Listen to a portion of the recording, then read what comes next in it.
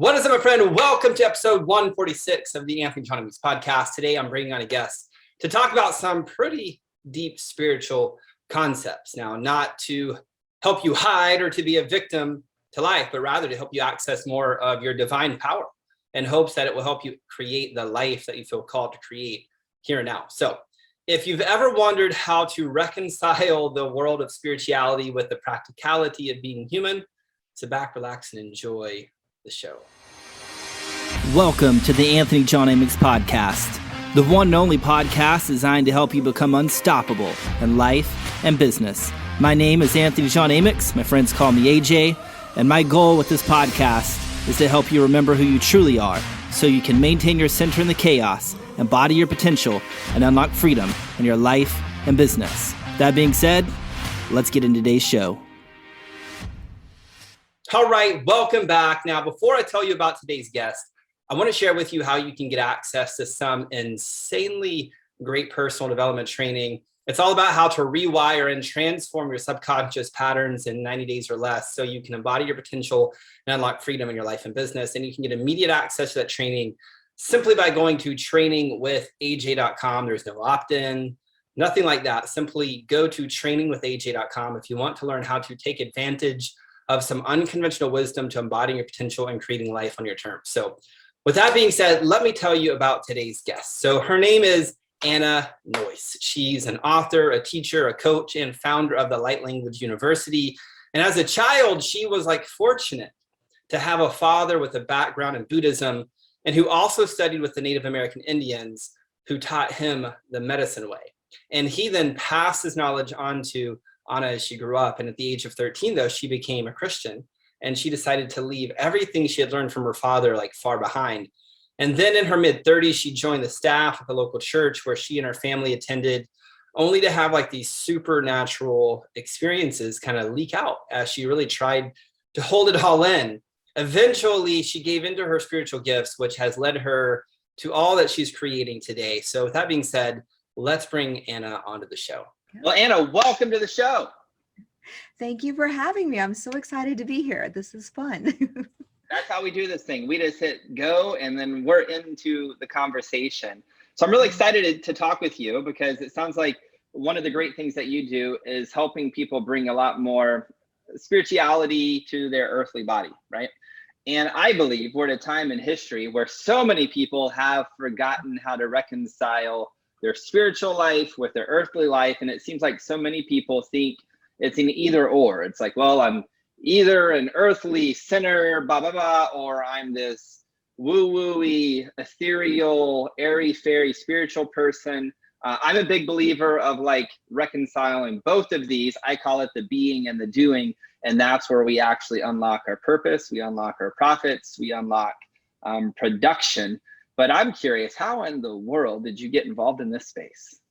Well, I was raised in it. So my father actually brought me up. We call him the Cosmic Cowboy.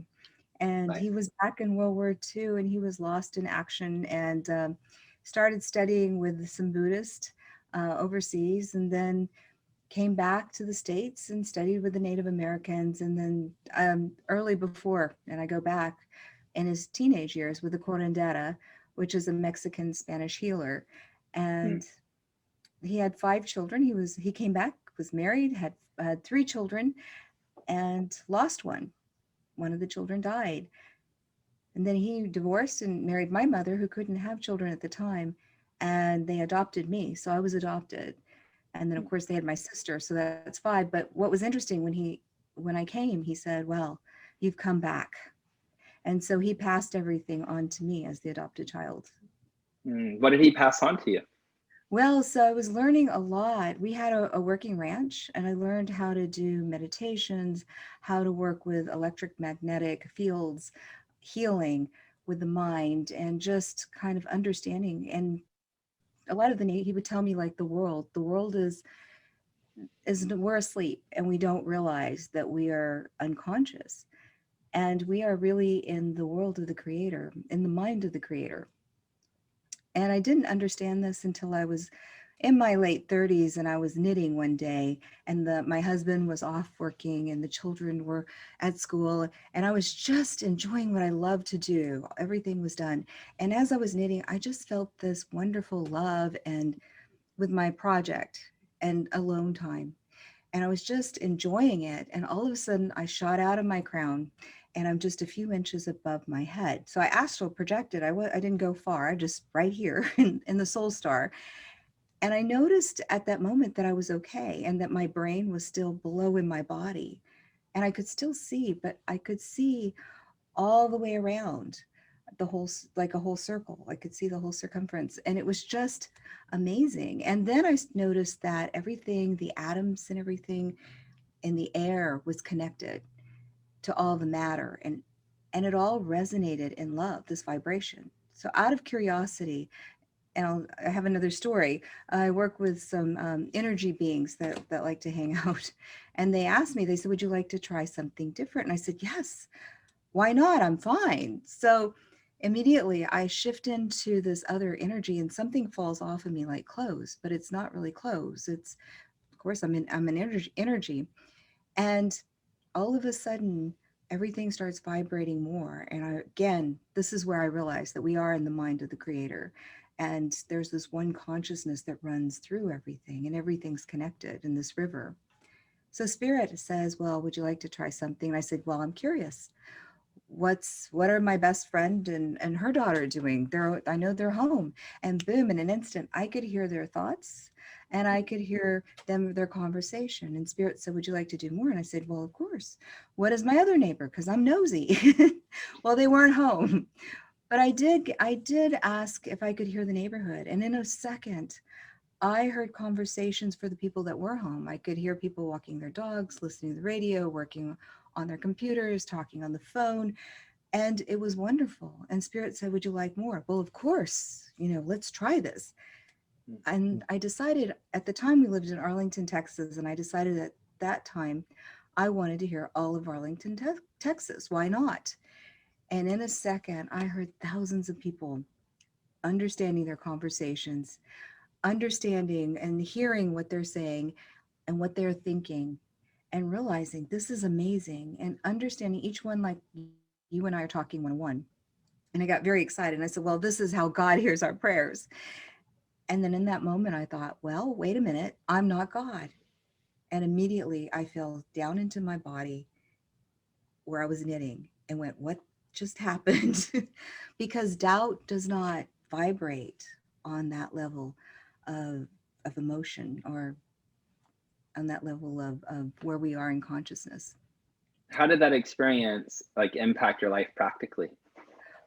Well, it brought me back to my father. See, when I was 13, I decided I wanted to shed everything that he had taught me.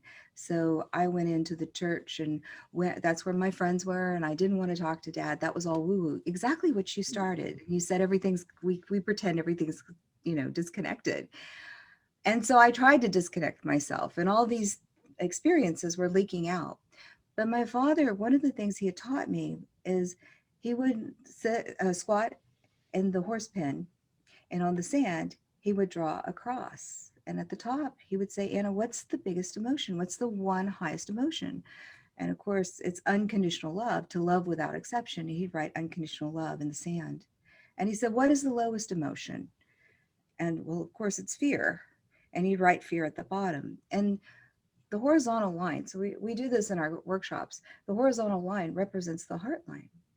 And anything above that heart line resonates on that higher frequency, and anything below the heart line resonates on that lower frequency. So all of a sudden you have a tool and a chart to start changing your life and what you're manifesting, because really everything, if it vibrates on that higher frequency, we want to step in. And I teach multidimensional. We're multidimensional. Again, going back to what you said, then what are the keys to the kingdom? And the keys to the kingdom is how we navigate that tool. So yes, that brought it all back. What is this heart line that you speak of? What is that? Well, the heart line is the center. So you have the cross and you have the center.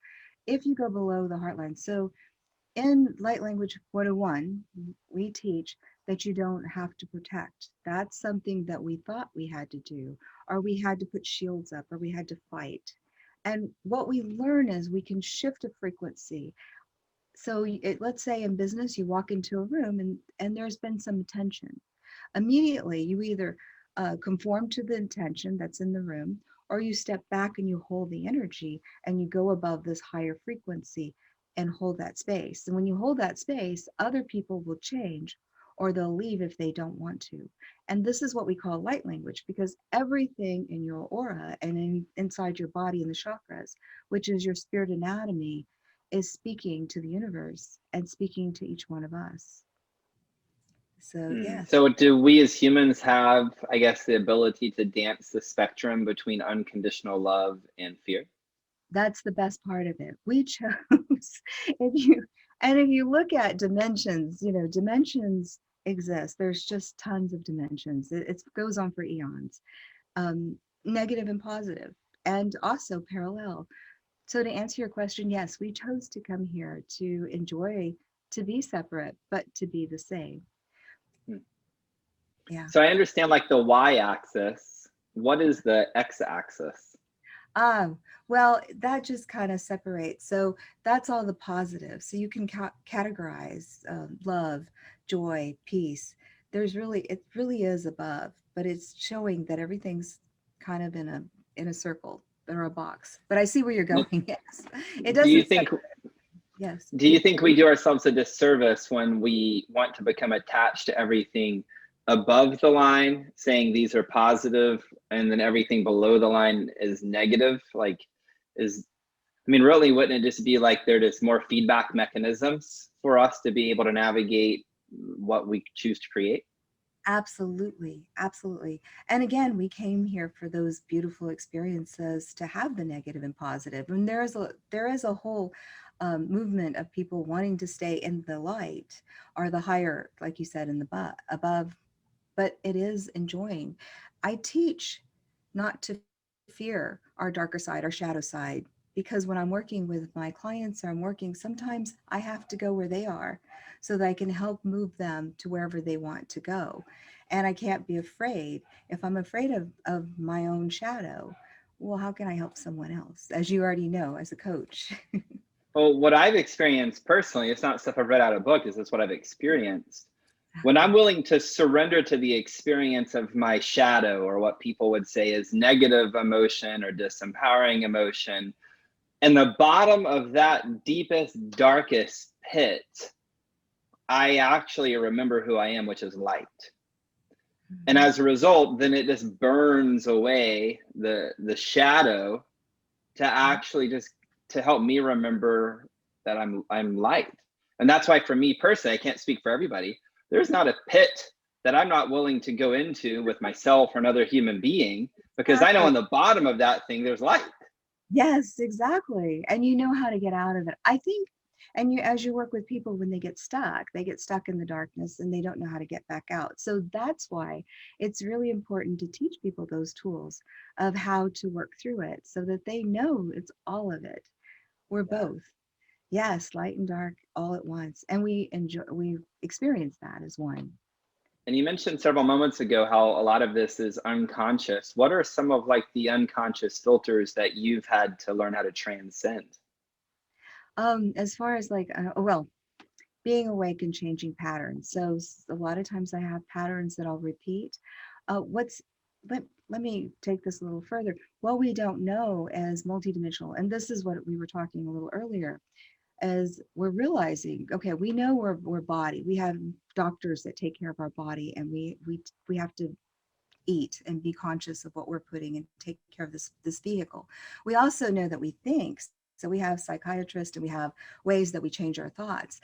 But the third part, which is really exciting, is spirit anatomy, which recognizes that the soul, the spirit, is 30% inside the body and the chakras and all of the meridians and all of the hairlines and everything that's operating here. And then also 70% is outside, connecting to everything. And we were talking about it all being one. So what's happening is, as multidimensional beings, we're connecting on many lifetimes, and we have bleed throughs from these other lifetimes because the soul has always existed. So for some people, that's hard to imagine, but your soul and your spirit has always been, and your experiences on other dimensions and other planes have always been. So each one of us come into this world as unique, like our fingerprints, and we call it energy signatures. And we realize that we can download and put these other things into action that are coming in. One thing, my father, when he was a famous artist, and lecturer and sculptor, and I asked him when I was little, I said, well, did you take art lessons? And he said, no, I brought this in from another lifetime. I mastered it in another lifetime. I'm using it now. So what we're finding is sometimes we do get caught in something that has been triggered through the light language that has opened up a portal and reminded us of something else. And we get stuck in it. So we're learning how to maneuver in this whole anatomy that's quite different than anything we've ever talked about in the structure. This 70% that's outside of us, is that our auric field, or is it something completely different? No, the good question. Yes, no, it's our aura. It's the aura that we have, and it's part of us. We think, and as we look in 3D, because our ego is really trying to keep us safe in 3D. So that's what's happening. I just taught a workshop this weekend, and people were having experiences, accessing other lifetimes, bringing in other experiences, crying, releasing, letting go, and understanding how patterns are working in their lives, which is amazing because this work can go very fast when you know how the anatomy works. But yes, it's not all about the physical body or the 3D world. Our thoughts are ethereal. They don't belong to the 3D world. And so does the aura, which is the other part of us. So it makes it very, I'm sorry, I get very passionate. I just think it's so exciting. Yeah. You mentioned like there was some of unconscious filters that you've learned, you had to transcend. What's like a specific one that you've had to transcend? Well, I had to, I wanted to be like everybody else. And I believe that God and the universe really belonged in like the church. And in that was something that I wanted to box everything up. It was when I had that experience of oneness and understood that everything is, it's everything. It's every particle, it's every thought, it's every word, it's every deed, it's action, and we're all connected. There are 4 levels of consciousness. There's the and this was something that I understood, the individual, which is us. There's the group, how we're connected to the people around us and the people that we affect, our clients, our business, our family, our friends. And then there's collective. Now, what's unique about collective is that it's what defines the world. All of us believe this is a cup, and there's water in here. So we all agree that's water. So consciousness is what creates and changes matter and makes it into something physical. And the scientists are starting to figure that out. And then we have oneness, which holds everything together, which is what we call God or something else like that. So yes. And so you mentioned that if what I heard you say is you were afraid what people would think about you if you dove more into the spiritual world. Did I hear that correctly? I did. I wanted to be like everybody else. I wanted to be, yeah. So that was something I had to learn. And it's interesting because I kept seeing spirits. I kept saying, I've always been open. So every one of your physical senses has a ethereal sense that matches it. You could call it psychic, you could call it intuitive. So that's how we are. And what happens is we come into this world with all of it open and we start shutting things down. So we stop seeing, we stop hearing. And so that's my job, is to help people reconnect. And we call it a tourniquet. Sometimes we put the tourniquet on, we're picking up, we're empaths. We're just now, everybody's realizing they're all empaths. That's been a misconception that only 1 or 2 of us have been an empath. But every one of us pick up because we have this way of this beautiful language that talks to each other. How did you learn yes, to let go of the weight of worrying about if people will accept you? The reason I'm asking this is because a lot of people deal with this, and the reality in psychology is the third need for a human being in the earthly body is to belong. And it's biologically wired into the ego of man, because if we go way back, Like if we were cast out of the tribe, we would die. We would not be able to survive. We had not been able to have shelter. We would not been able to have food. So within every single human being, there is a need to belong. So how did you reconcile this within yourself? Okay, you're gonna laugh. And this is in my book. I woke up in 2017, beautiful morning. I'm wide awake. My husband's sleeping. In fact, he's still snoring. The animals are stirring, and I'm watching the sunlight come in. It's just a beautiful morning. And as I open my eyes, I look to the left. I'm on the left side of the bed, and there's these two beautiful light beings standing next to the bed, and they're as bright as the sun. And of course, I close my eyes and I look, open them up, and they're still there. And I close my eyes and I open them up. And then eventually I said, well, what do you want? Because they didn't go away. And they said, Anna, they said, telepathically, I could hear, this is not what it's about. And I went, really? What do you mean? So at the time I was a jewelry artist. I was working on the staff of the church. I was also a mother and cleaner. I'm not the greatest cleaner, but a housewife. And so I was really proud of those. And I figured those are what I was going to do the rest of my life. And they showed me this life, and I heard behind me this voice, and this voice said, Anna, let me show you what it's about. Well, our pastor had said never to go with, beings that we don't know. And I said, no, I'm afraid I'm not going to go with you. And both of the beings next to the bed, these beautiful golden beings, they look like Oscars, at the movies. But both of them said, she's not ready. And the other one said, she's not ready. And I heard, get her ready behind me. And they faded away. And immediately I turned over and I'm wide awake. And I woke up my husband and I said, darling, honey, wake up. Somebody's coming for me. I don't know what this meant.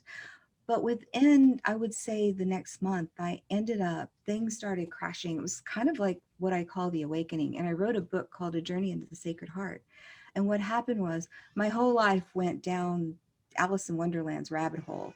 And I went spiraling down. I left the church. It no longer worked. It didn't fit. I ended up leaving my jewelry business and letting that go. And I remember and of course I wasn't the greatest cook, so I was happy. I still stayed a mom, but it was, but that part. But the other part of it was I had to rebuild my life again. I had to find what was me. And what I found in this journey, I went to Taos, to a place called Golden Willow, and worked with them and found that I was really me. And me is what I see. I was at Golden Willow and I was working with many healers that were amazing. And there was a woman who came in and she was crying. And I remember walking through the living room and seeing a man stand next to her, and he had his hand on her shoulder. And I thought, well, that's interesting. But the man, as you see, I could see through him.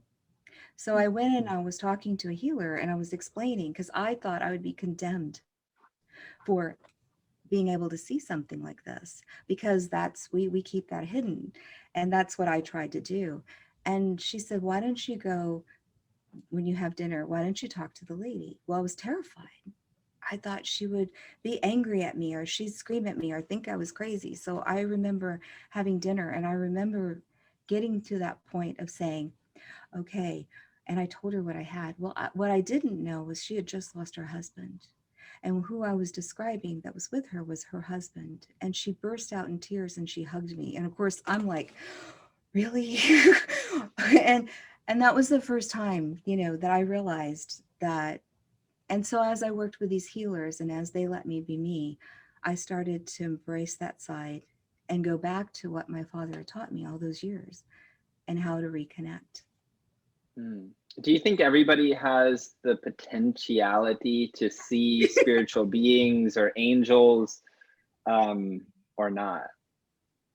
Absolutely, yes. And that's why university is called Light Language University. So light language, what it is, and if you go and if you go, you'll hear people talking in tongues. But it really, what we have to understand, we are multidimensional beings. So it's a tiny part of it. every vowel that you say in language, doesn't matter what language, is part that connects to the soul, the spirit. We say, ah, amen. We use these words and things when we're working with spirit. And every consonant that we say connects to the body, which is the matter. So it doesn't matter if you're speaking in tongues or anything else. I don't really teach that part of light language. There are people on the internet that do, but what I like to do is explain, yes, you have the ability to see. And that was kind of cool because this weekend we had a beautiful student who was there and she couldn't see. And we did, I call them astral jumps, just teaching people how to center, how to open up, how to take the tourniquet off and allow themselves just to be ethereal and matter at the same time. Exactly what you said at the beginning. We're both. And in that moment, one of those moments, she started explaining what she experienced. And the class got quiet. And then they were excited. And she didn't even realize that she had at first she had told us she couldn't see. And then all of a sudden she's giving us details and colors and she's giving us information. And when we told her, we said, "Do you realize what you're doing?" And she said, "Oh my goodness." And she burst out in tears. You see, we've been taught that the physical world is what it's about, or it's about our thinking. So it is part of our thinking. Our thoughts create, like we talked about, the collective consciousness. It creates the matter and it creates what's happening. But it's really about understanding the self. And when we start working on ourselves, we start healing others because it ripples through, because everything's connected. Why do you think most light workers are broke? I like that. So I have to tell you, my father wasn't broke, but he thought one of his things was that he wanted to be broke, because he felt like in his training you had to be broke to be. So think of a monk or a nun, in spiritual work, they have to give everything up and become that. But I like where you're going because it's not true. There are a lot of light workers that are, and there are a lot of light workers that aren't. And there are a lot of light workers that are comfortable. I'm very comfortable where I am, but I love what I do. And so, yes, it just kind of depends where you are and what you believe. So you've heard of the book called The Secret? Oh, yes, of course. Oh, it's famous. Okay, my dad used to, we would, oh yeah, Dad, stop. He would tell us before that book ever came out. And so a lot of people believe that it's their belief. And we're also, this is something that's kind of cool. We're no longer in the age of belief and faith. We're now in the age of knowing. And how that changes, if I ask you, did you have breakfast this morning? You either know that you had breakfast, or I personally did not have breakfast, but yes, you either know you have breakfast or you didn't, right? Right, exactly. So we're the age of knowing. So when you have an experience, what happens to most people, because they'll brush it aside. If they see something, they'll think, oh, what was that? And then they'll move on and they get distracted, or they won't stop. So it's kind of like stopping to smell the rose. You need to stop Yes. and have that experience, savor it, and then recognize that it's happening. And so a lot of people shut it down. And so we shut down our inner hearing of hearing ourselves, or hearing what's around us, or hearing other beings or other dimensions. We shut down that part of seeing things or imagining or visionaries. A lot of times we pay people to, as in business, for instance, we'll pay someone to be the visionary, but we all have the ability to do that. And we forget sometimes. So yes. See, I could be wrong, but I believe with this whole COVID nonsense thing that's happening on Earth right now, I Yeah. believe the gift in it is it's forcing people to deal with their shadows and Yes. learning how to source certainty and uncertainty. Like for me, for instance, there's a lot of times I do not know the answer. And I'm okay with not knowing and surrendering to the not knowing and allowing something way greater than me to tell me the next step. And sometimes that step may be like instantly given to me. Sometimes it's in a day, sometimes it's in a week. Yes. But it's like, I feel like this gift that a lot more people in humanity, at least at the time of this recording, haven't learned how to tap into 5D to impact their 3D. Right. They haven't learned how to tap into the spiritual world to allow them to have the earthly experience that their soul came here to experience. Does that make sense? It does. And part of that is we're conscious. You already know this. We're only conscious 1 to 5%. The other 95 to 99% is running the show, the unconscious. So Mm-hmm. when you start to do that 1 to 5%, and I was reading your article about the warrior, and we were talking about that a little bit earlier, and I love that because in that moment you recognize that everything's a part of everything, and the rocks and the water are all a part of that connection. They're just playing different parts like we do, and what happens is it's just a matter of shifting our consciousness. The part that's bigger than us is us. Let me tell you a quick story. The pastor told me and told our congregation, and I understood this, that if we believed we were God, God would smite us down. And my father told me that we were part of everything and everything was a part of us and we were God. But he said we were God. So I thought, well, you know what? We're going to get smited down for saying that. So one day, these beings that I was working with, they were working with me and they've been teaching me. I said, all right, are we God or are we not? I just need to know the answer. And immediately they took me, astral projected me out, and I am standing on a beach and it looks very vivid. And I'm looking out in the water and I'm like, okay, what do you want me to do? Am I sailing? Are we going to swim? What are we doing? What's happening here? And this long golden hand comes in and points and says, and I heard this voice and it said, you see the grain of sand on the beach? And I said, uh-huh. And they said, you're the grain of sand. And you see the beach? That is God. See, the grain of sand is the beach, and the beach is the grain of sand. And you are the drop of water as you are the ocean. And you can be one, just like I told the story with the knitting story, where I became just me, where I hear my thoughts and I'm my reality. But I'm able to expand into something bigger where I heard thousands of people's thoughts and able to understand that.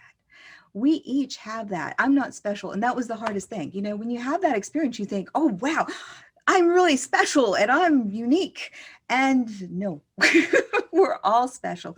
We all have that. And like you said, we haven't learned how, everyone hasn't learned how to tap into it, but we are learning. And as the world and the universe is changing into this, we are changing from just this 3D, 4D, 5D into understanding, and things are, and people are starting to wake. We are realizing we have other ways to tap in, other ways to bring knowledge in, and other ways to live our lives. What is the key for somebody not to bypass their pain of the human experience through spirituality? What is the key for them not to bypass? Well, so then you would go down and you would be the 3 levels. So it would be being conscious of your body, being conscious of what you're putting in your body, knowing how to detox, understanding how the cells work. Then it would be also going into the state of how the mind works and how the mind perceives things and picks up things, and how the emotions, again, working on that tone scale. We call that the tone scale, and where we are on the tone scale, and not being afraid of the things that are happening. So yes, you can do that without the other part. The other thing though, and I think it goes back again to the beginning, is that we already are doing that. What's happening is there's this whole new expansion of consciousness, that, and you're seeing movie stars and you're seeing people blogs and they're waking up and they're going, oh my goodness, it's not just about the body and the mind. It's about what's happening on the frontier. A quick story. My husband, we've been married 30 years. And 30 years ago, when he's an engineer, so 30 years ago, he comes home to me and he says, Anna, he's so excited. And he takes my hands. He's early. And I'm a housewife. And I'm like, why are you home early? I haven't finished doing my work. And he says, I want to show you something. He takes me to the computer. And of course, back then, 30 years ago, it was just a word processor. And he's punching in these numbers and letters, and he's writing something. And he goes, and he holds my hands and he says, I want you to remember this day for the rest of your life. what I'm seeing is going to change the world. And what this, you'll want to remember this day. And I'm looking at the screen and I'm like, all I see is a word processor. I don't know what is it we're looking at? I know this is great. I know we're excited, but I don't know what we're looking at. Well, what I was looking at is the birth of the internet. 200 years ago, the doctors were doing an experiments and doing anatomy. They were learning about anatomy, and they were learning about how the body functions in the church, and we didn't understand it. Now we don't even think, it's just science. We understand that. We're doing operations and autopsies and all kinds of wonderful things. Also, back when Sigmund Freud and Carl Jung were in here, they were talking about the brain and that, and we all even thought they were crazy. But we have now doctors for that. You see, we are three parts, and I do a triangle. We are mind, body, and spirit. And we are three parts of that to be a whole being. And I know what's coming, and that's what's coming is the third part. So for some people who are listening to this, they're going to think, wow, that chick's got something going on. It's a little crazy, because I wanted to say that to my dad. But what's happening is it's happening all over the planet, and nobody is left out. We're awakening. And by your definition, what is happening all over the planet? A story? Quick. Sure. So when I was at the church, I had to go to 2 services because I was on staff.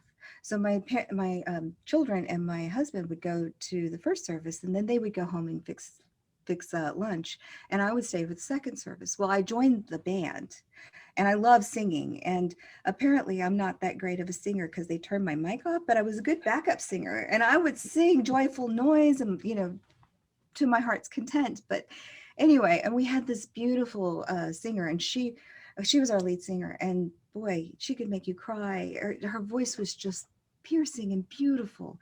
And so we were singing the Revelation song, which is one of my favorite songs, especially as a backup singer. And she would hold a note on this particular song, and we would jump on. Well, I must have hit the note right, because all of a sudden the sound was so beautiful.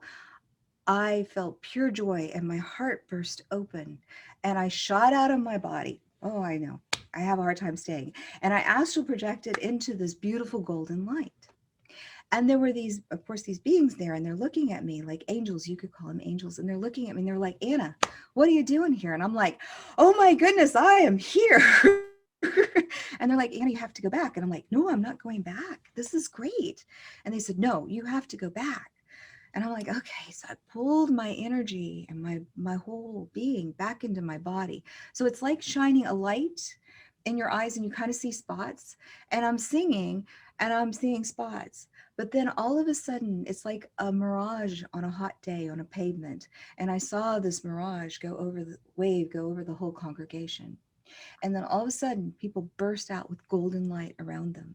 Beautiful golden light. And other people were pitch black, like the behind me. And so it was interesting. And I'm singing up there, and I'm like, what's going on? This is crazy. I didn't understand what I was seeing. But the people who were golden light, they were engaged, they were excited, they were sharing. And the people who were the dark around them were digging in their purse, or they were looking for something, and they were kind of uncomfortable. We finished, and we went and sat down.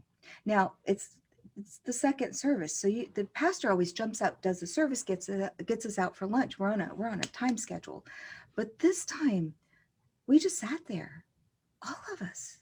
Nobody wanted to move. You could have heard a pin drop. And of course I'm asking, what just happened? What just happened? I have no clue what happened.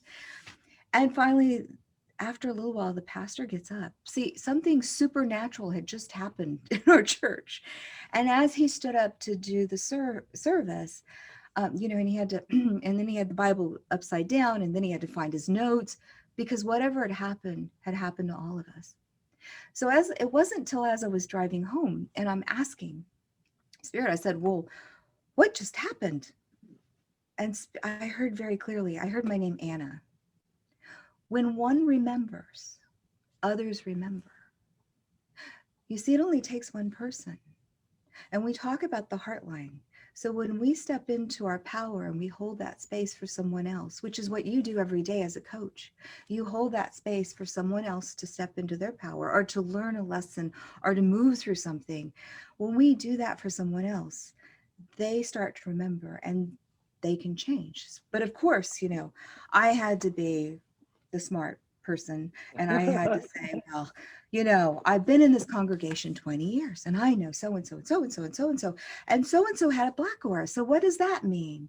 And Spirit said, it's a choice. We choose. It's always a choice. So going back to what we were talking about, what you said so eloquently, I love it, was we are both. We're light and dark. We get to choose the times that we become light and we get to choose the times we're dark. And sometimes we get stuck in the dark and we become afraid. And sometimes we have someone who reaches down with compassion, not sympathy, because they don't share. They don't have to share, but they help lift us up because they remind us.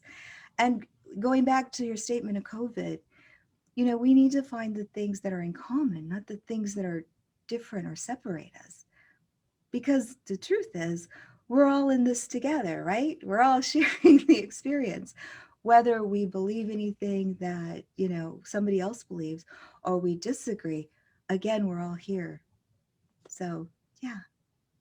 What are some like practical strategies that would help somebody connect to their spirit if they don't know how, or maybe they want to expand their connection to their spirit? Well, so we do. Chakras are really important. And so some people don't know their chakras. I do have, I was doing this meditation for a lot of people. It helps to expand. So what happens is a person who is, our chakras are kind of small. If we look at the masters, like we look at Buddha or Christ or somebody who's bigger, their chakras are like 18 inches opposed to somebody who is underdeveloped. So someone who like me or working like you, we're our average, we're about 7 or 6 inches.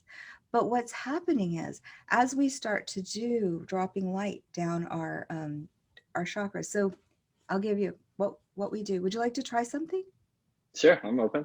Let's do it. Okay.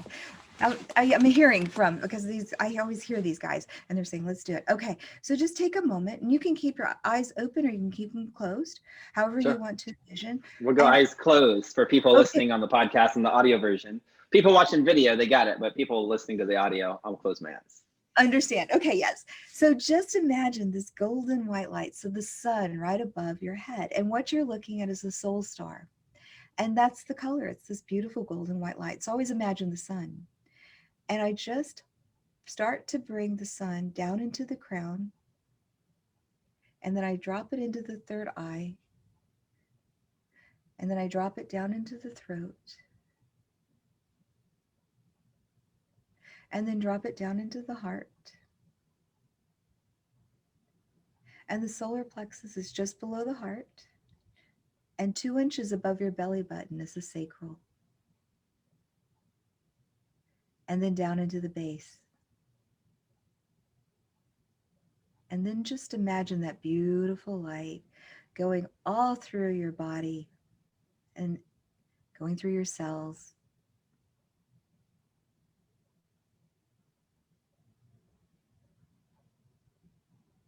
Good.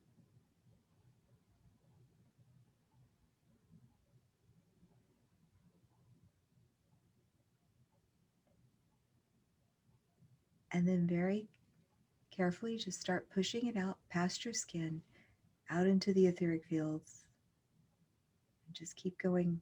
So what's happening is you're pushing this beautiful energy through all of your aura, and your aura is all around your body.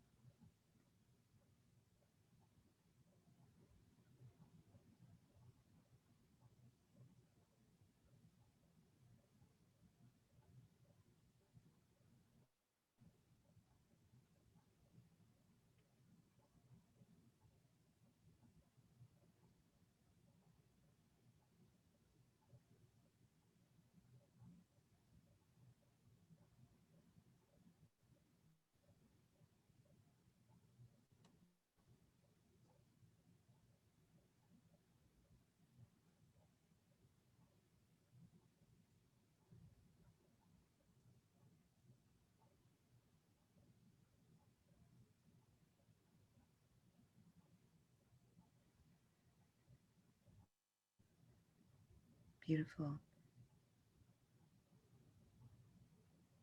When you're ready, go ahead and come back into the room. It's that simple. So it's like exercising.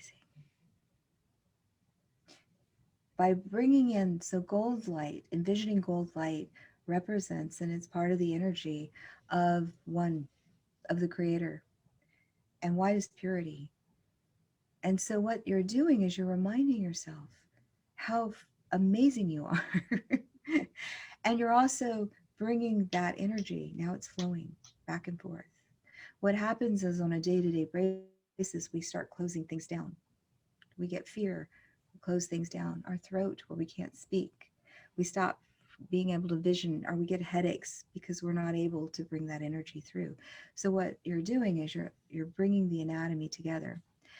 I do have and we do it a lot slower, but at least that kind of gives you that idea. And you can spend some time working, holding it on each chakra for as long as you feel comfortable. Awesome. And then from that place, it essentially, the way I would define it, is bringing us into the present moment. Yes. And the present moment, outside of our concepts of ourselves and reality, is like where we're just open to experience, is where inspiration can drop in. Beautiful. Yes. Yes. Awesome. Oh, yeah. Awesome. And if you could go back in time and give your younger self some wisdom to help you collapse time and get results faster, what would you tell yourself? To listen to my dad. Hey, it was funny when I was little, we had an Indian teepee, and we would do ceremony in the Indian teepee, Native American and such, and naming ceremonies and such. And so I remember he put the teepee up one time, and I had to get the rocks. And there's kittens in the barn. Are you kidding? I'm 8. I want to go play with the kittens. I have to go get these rocks to put around for the fire. So I'm helping him, and I'm dropping the rocks, and I'm going off. And he started laughing, and he said, Anna, he goes, those rocks are conscious. And I'm like, no, Dad, you're crazy. They're not conscious. You're crazy. And he's like, no, they're conscious. Let me show you. And so I sat down with him, and he wanted me to merge with the rocks. And I didn't understand. What he was trying to show me was the knitting experience that I explained earlier, was that everything's conscious, because everything's held together in that beautiful oneness. Awesome. So, awesome. Yes, I would listen.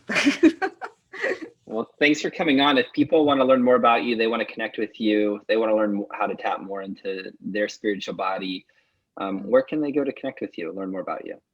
Well, thank you. We have a university called Light Language University, and we do Light Language 101 is learning more about the anatomy of the spirit. It's a 2-day workshop. We have Light Language 102 is really about allowing yourself to let go and to allow these experiences to happen and experience that. And then we go on from there. So, and then Circle Insights is my private practice, because I'm also an energy healer. I work with Reiki and energy healing and helping people. So yes, awesome. Cool. Well, thank you so much for being here, sharing your wisdom and your stories. Really appreciate it.